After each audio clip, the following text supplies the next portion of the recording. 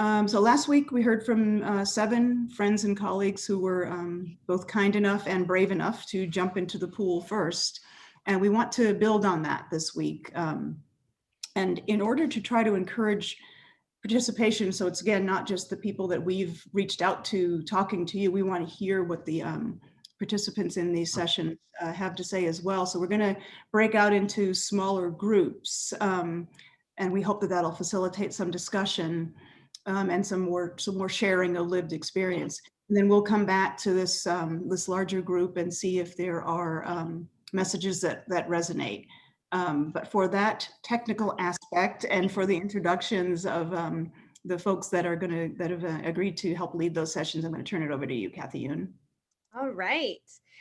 So I'm going to talk through a couple things. We're going to talk about who is with us today. So we have a slide, instead of going through everyone's illustrious biographies, I've created a little slide of all of your photos, and you will get to know the speaker in your room well, and hopefully later on connect with some of the other folks that we have speaking. But mostly I want to talk about logistics and also some intentions or guidelines for creating this brave space that I hope we can foster in this virtual digital environment. So first, Zach, can you put up the speaker slide for us, please?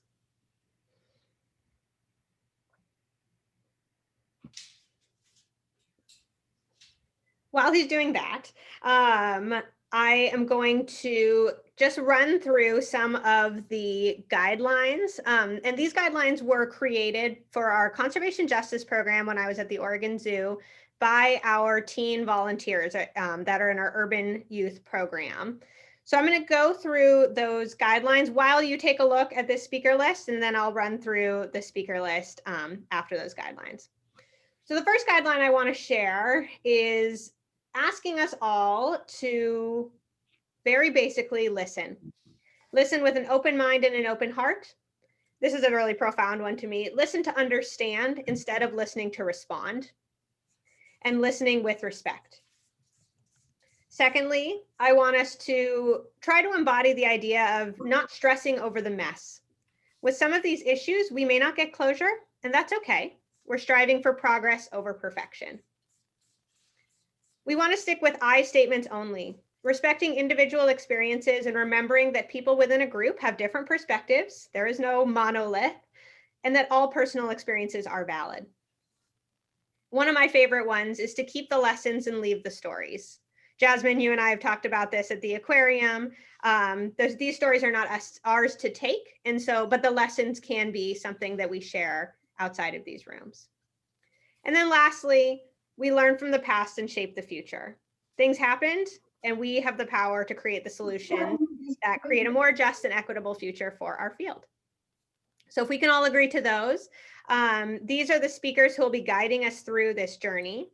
We have Keisha Bullock from the Buffalo Zoo, Tanoya Thompson from the North American Association of Environmental Education. Leah Cook, who I don't see. Leah, if you're here, give us a shout. I know she's been having some power difficulties. She's in Houston. Rubai Aurora from the Woodland Park Zoo. Shireen Knowlton from Roger Williams Park Zoo. Asaba Mukobi from the Oregon Zoo. Kim Fox Middleton, also from the Oregon Zoo. Amos Morris from Fresno Chaffee. Jasmine Williams from the Seattle Aquarium. Amanda Hodo from the Moat Marine Lab. Curtis Bennett from the National Aquarium. Rosalia Rubio from Los Angeles Zoo. Anna Musin Miller, who I believe you are a private consultant, is that correct? Yes, it is. Okay, good. Kasia Knight is not able to join us today, but she is a wonderful soul who you should all get to know at another point. Trevor Mia from the St. Augustine Alligator Farm, and Eduardo Valdez from Disney. So every one of these folks has incredible stories to share. What we are going to do now is we are going to put you all in breakout rooms. We're going to jump right into it. We're going to put you all in breakout rooms with these folks. These folks are going to start the conversation by sharing. It may be a story, it may be a journey, it may be lessons, whatever they feel comfortable and excited to share. And then we really want this to be a conversation We really want you to say what resonates with you, share a story that you have if you want. We are not going to be recording the breakouts. We can't record the breakout sessions. We're not going to be recording them because we want this to be a space where you can say what you need to say and not feel like it's going to be used later on. And then we'll do that for about 25 minutes, and then we will return to the big group and talk about some of the overarching themes and lessons that we have learned throughout these conversations. Is that agreeable to everyone? Yes. Thumbs Yes. up and woohoos in the chat and whatever. Nods, all are welcome. All right, I love it too. Let's do it.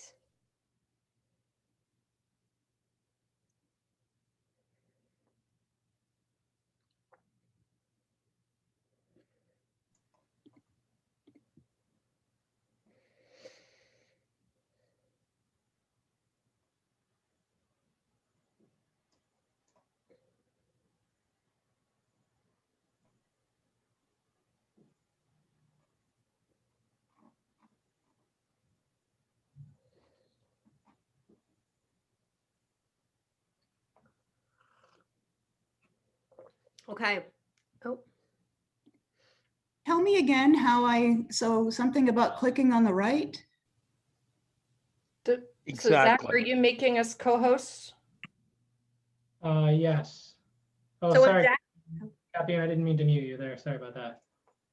when Zach makes you a co-host, you will click on the breakout rooms icon on the bottom, and you'll see all the breakout rooms that are named after the folks. Instead of clicking on any of the people, click I'm going to go to Tanoia. So I'm going to hover over Tanoia's name, slide my cursor over to the right, and click join. And that's how you'll hop from room to room. Okay, so I've got to wait for him to make me a co-host and then I'll see that. Okay. Did I not make you a co-host? No, you're a co-host, Lori.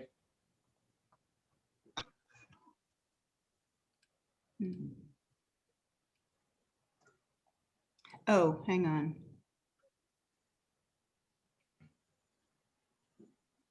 I see. Okay, got it. Sorry, I was a little slow on the uptake. Okay, is everybody co-hosted? And I don't think I am. No, I'm not seeing mine, and I know the names in mine. you are. I see your everybody should be a co-host. Maybe you have to accept your co-host role.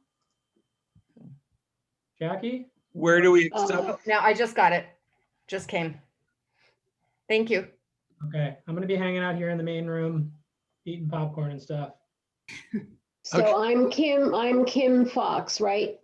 Oh, you're Kathy Wagner.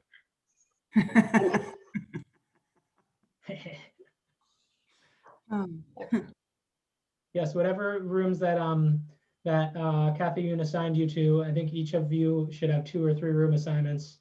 You know, go spend a couple minutes in each one of those rooms. And just, you know. Jackie, are you squared away? Yep. Okay. Thank I'm you. good. This is Eric. I'm not seeing mine, and I have my names down. Eric, go to Amos or Anna, or I believe it's pronounced Asaba's room.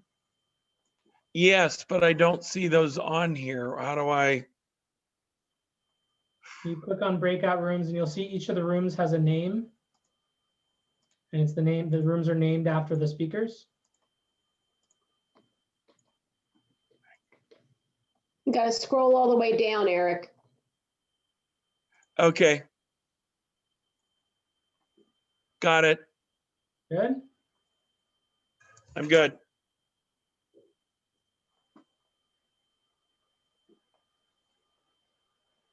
Okay. Are we joining? Yep, go join a room.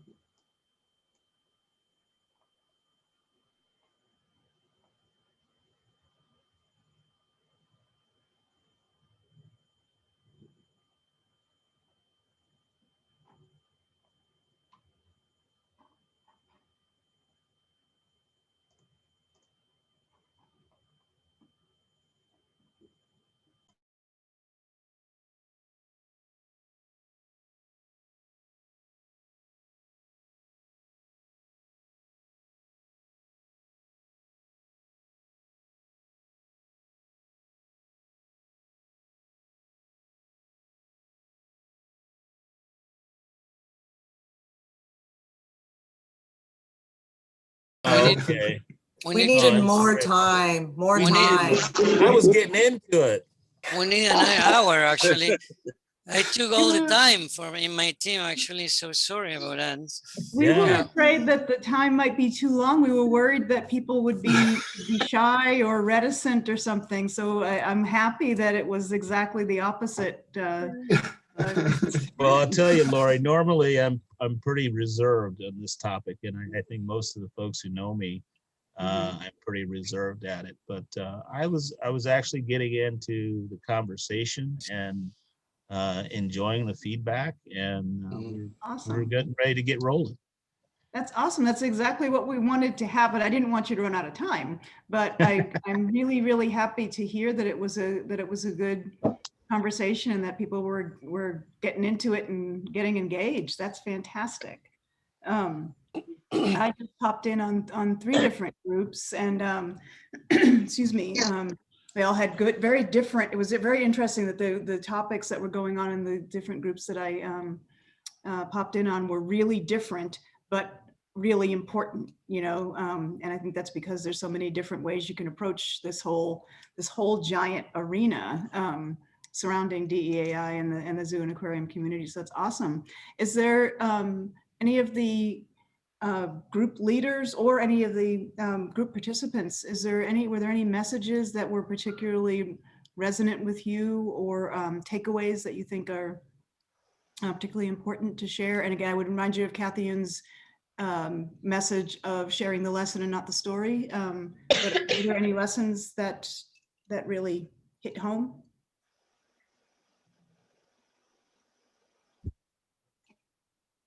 Hey, this is Eric from Jacksonville. I joined my group late, but we had a lot of great energy in our conversations from what I picked up on.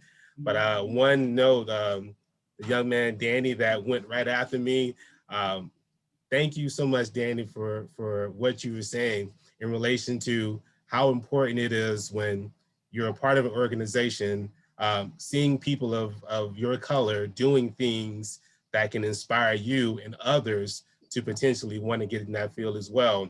A lot of the discussion we have here at the Jacksonville Zoo is how do we implement more people of color or just people of different backgrounds in general to do the things that we do.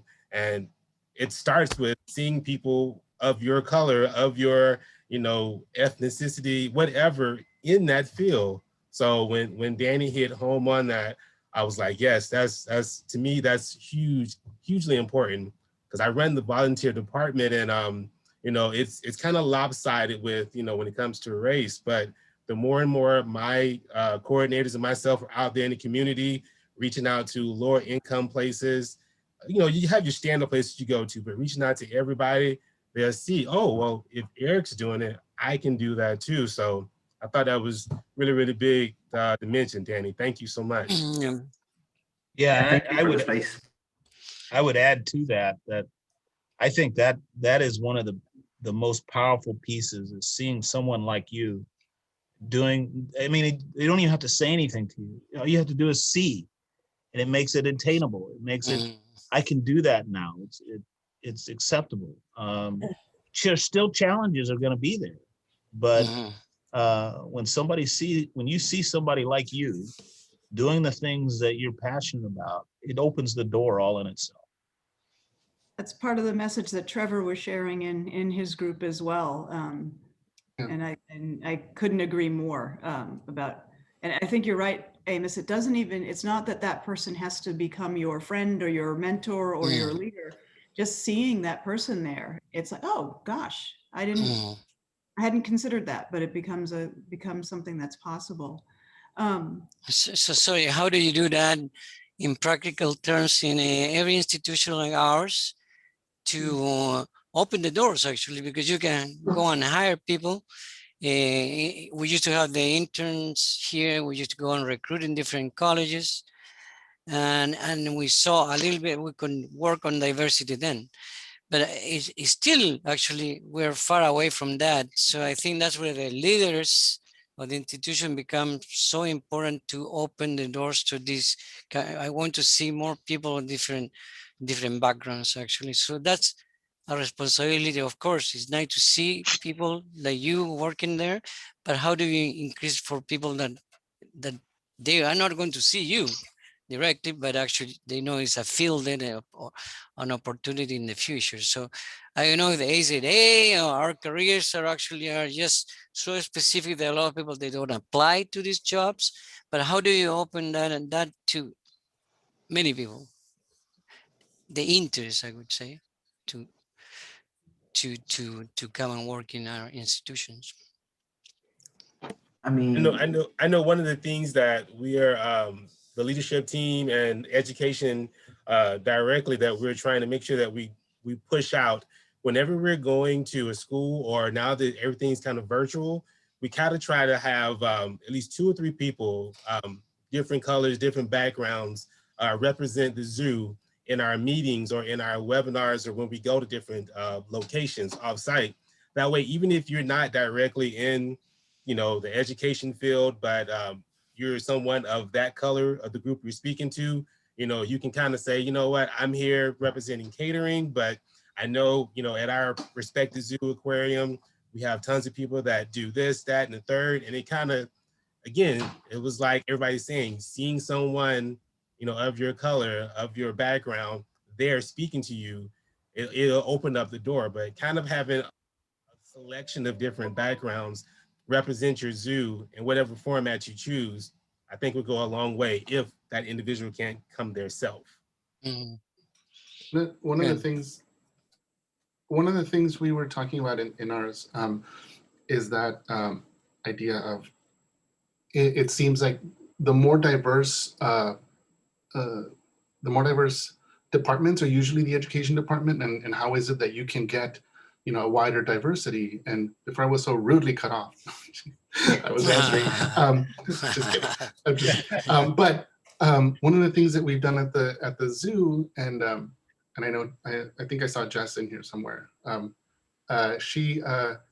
What we started doing is opening it up. Instead of saying we would go out to communities, to community colleges or places that were a little more diverse, and instead of the back, you know, you didn't need a biology background or a zoology background. You didn't need, you know, as long as you were able to engage with people, as long as you were able to. So that's what we were looking for, instead of a specific animal background, because that stuff you can learn as you're kind of, what is more important is, are you able to communicate? Are you able to be able to talk to people and relay that information so that they can learn?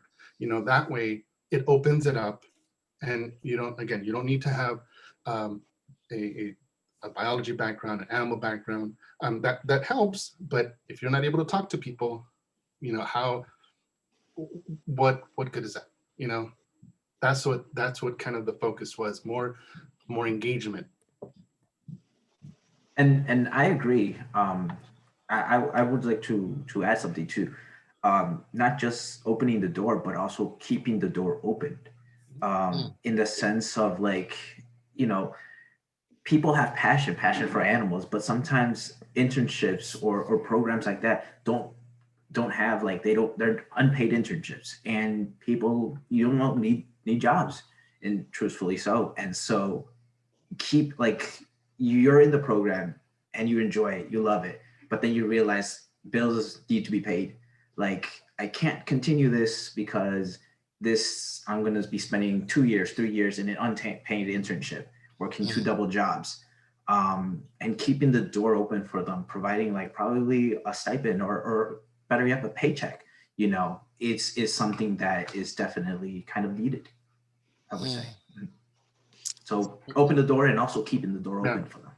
Yeah, one of the good things that Disney had was actually the internship program. Actually, we pay them just in case. But it was good because there we saw a little diversity, and then 30% of my interns, at least, they stay with us actually, or in my area, or became a keepers actually. So and happen in other departments too. So at least they open the doors actually for careers within. So far, was so good. So it was good then. So we don't have them anymore, just in case for a while. So. I think one of the things I want to, we have a short poll that I want to make sure we don't miss because it's a sort of more looking at where you all have come. And I think some of what today's conversation might inform that, where you are on this journey, and then come back to this conversation. I wish it wasn't, the time flies in these. But David, do you want to go ahead and do that poll, and then we Yep, can. I'll launch the poll now. Yeah, thank you. There we go. I'll see that on your screen.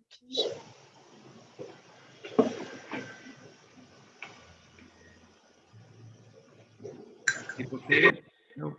Oh, and the JEDI A acronym, sorry about that. There's so many different acronyms for DEAI stuff. It's another acronym for DEAI, and it includes the J for justice. But so the same universe that we're talking about.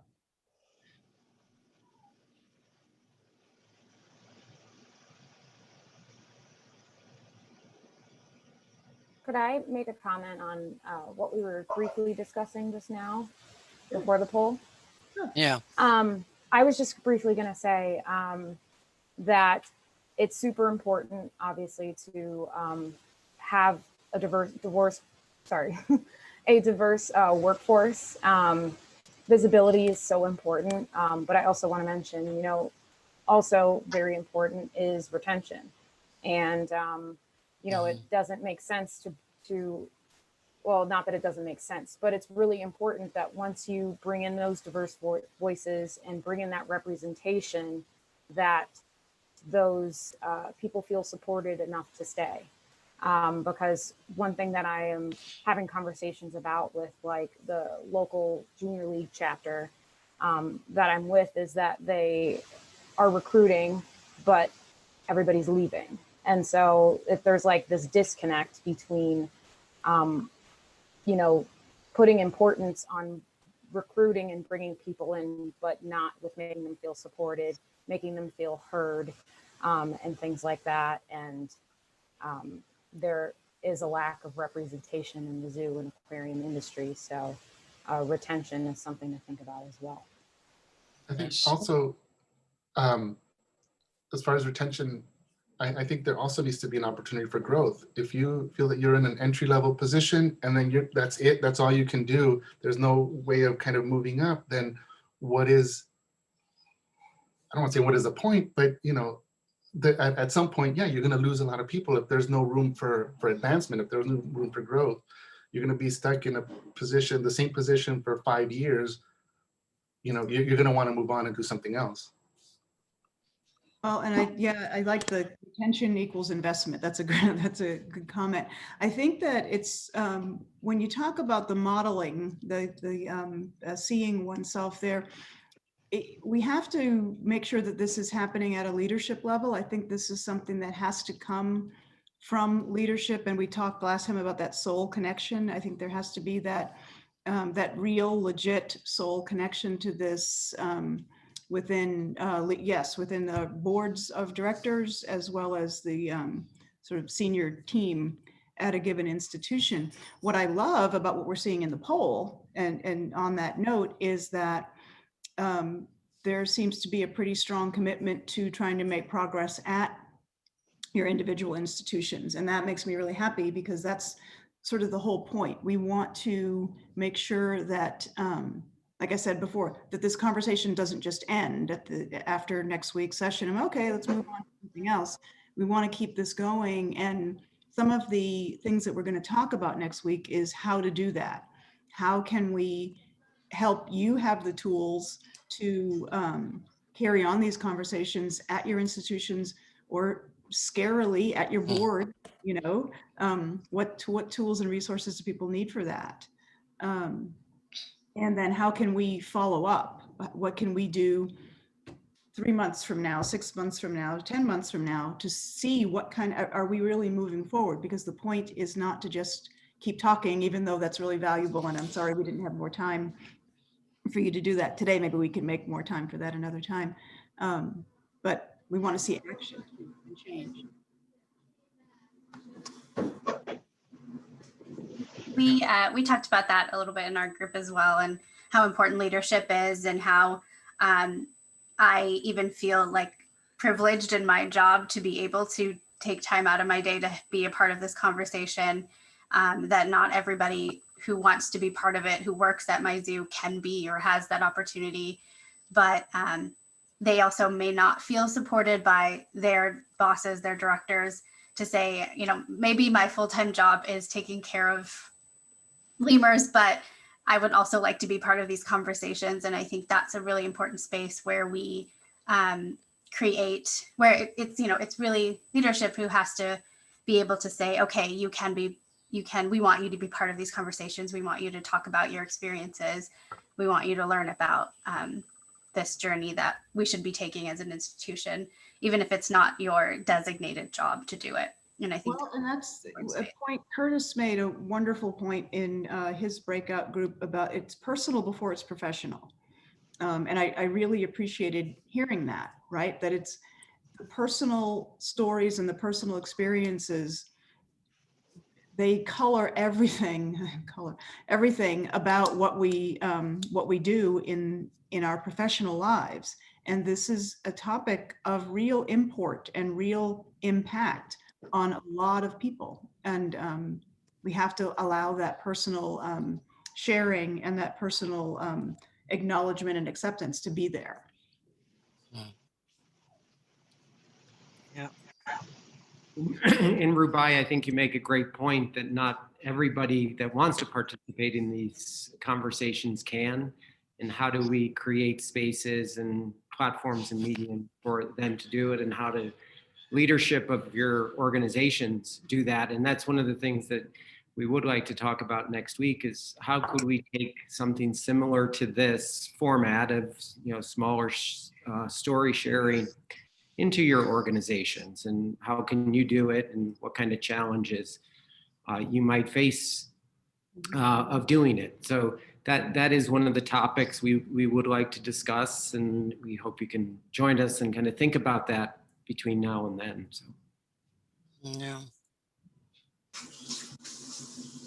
On a similar note, I would like to just say I think I'm probably one of the few people here that's not in a management role or a supervisory position.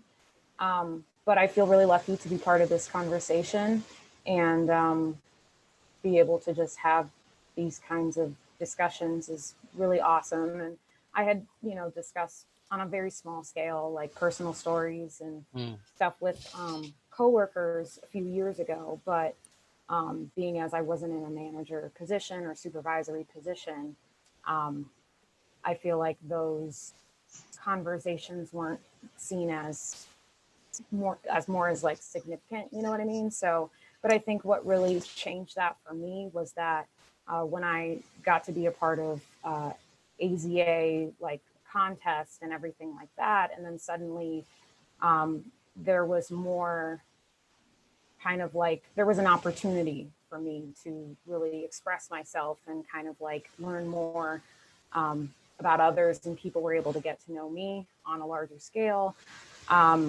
Then all of a sudden I started being included in these conversations at my institution, outside of my institution. So it really gave me an opportunity to be part of that larger conversation, whereas other people that are not managers, not supervisors, biologists, wouldn't have that opportunity. Yeah, and I share with my team actually what we're doing with my team here, my personal team in the nutrition department. We have actually a diversity and inclusion meetings straight with them actually. So conversations that are difficult, they're not easy, but actually they've been working slowly progressing actually to the people to open to talk more about it actually. So we do it actually with managers and frontline. It takes a lot of time, and also they are very difficult. So you have, for some people actually, it's not easy to talk about this item, but we continue doing those. One of the best places to start is at the team level. Yeah. I think that is the way to sort of bring that conversation up throughout the whole organization. All right. Yeah. Right. Yeah. Any final thoughts? We are almost out of time for today. I just wanted to say thank you because I brought this up during our little session that having these conversations, even though they're over Zoom and we get to meet maybe occasionally, but it's the sense of community that it builds, that there's other folks kind of in the same space as you all across the country in the same industry. It really makes a big difference. So thank you. Yeah, I agree. There was somebody saying in one of the groups that I was in, it was that same message of being the only one in the room. I know this is just a Zoom room, but I in my 30 years in the Zoom aquarium profession, I've never seen as many Black and brown faces in the same room as me. Gloria, I said the same thing. It's also pretty rewarding to see that, where it used to be, I just see myself, or then I saw you. Yeah, you and me, because we're the old timers, right? That's we're it. the old timers. It was just us, and we really didn't know each other then. So, So yeah, it's great very to see other rewarding. faces. Yeah. Not gonna lie, it feels good. Yeah. Good. Thank you so much for sharing. It gives me renewed hope. I came into the AZA and it's like I'm getting a sense of community that I've never had in my professional career, and it means a lot. I'm seeing faces. Eric messaged me. I'm like, Eric, but anyway, it's great to see you. And then of course Asaba at the Oregon Zoo. So. That's wonderful. I love it. Please come back next week. We have one more session that we want to do, and that really, I want that to really be one where we sort of launch us all forward to take the message home. So please join us next week. All right. All right. Thank you very much for the invitation. Okay. Thank you. Thank you all. Bye. Bye, Ciao. guys. Ciao. Thanks. Adios. Ciao. Bye-bye. Bye. Thank you. Ciao.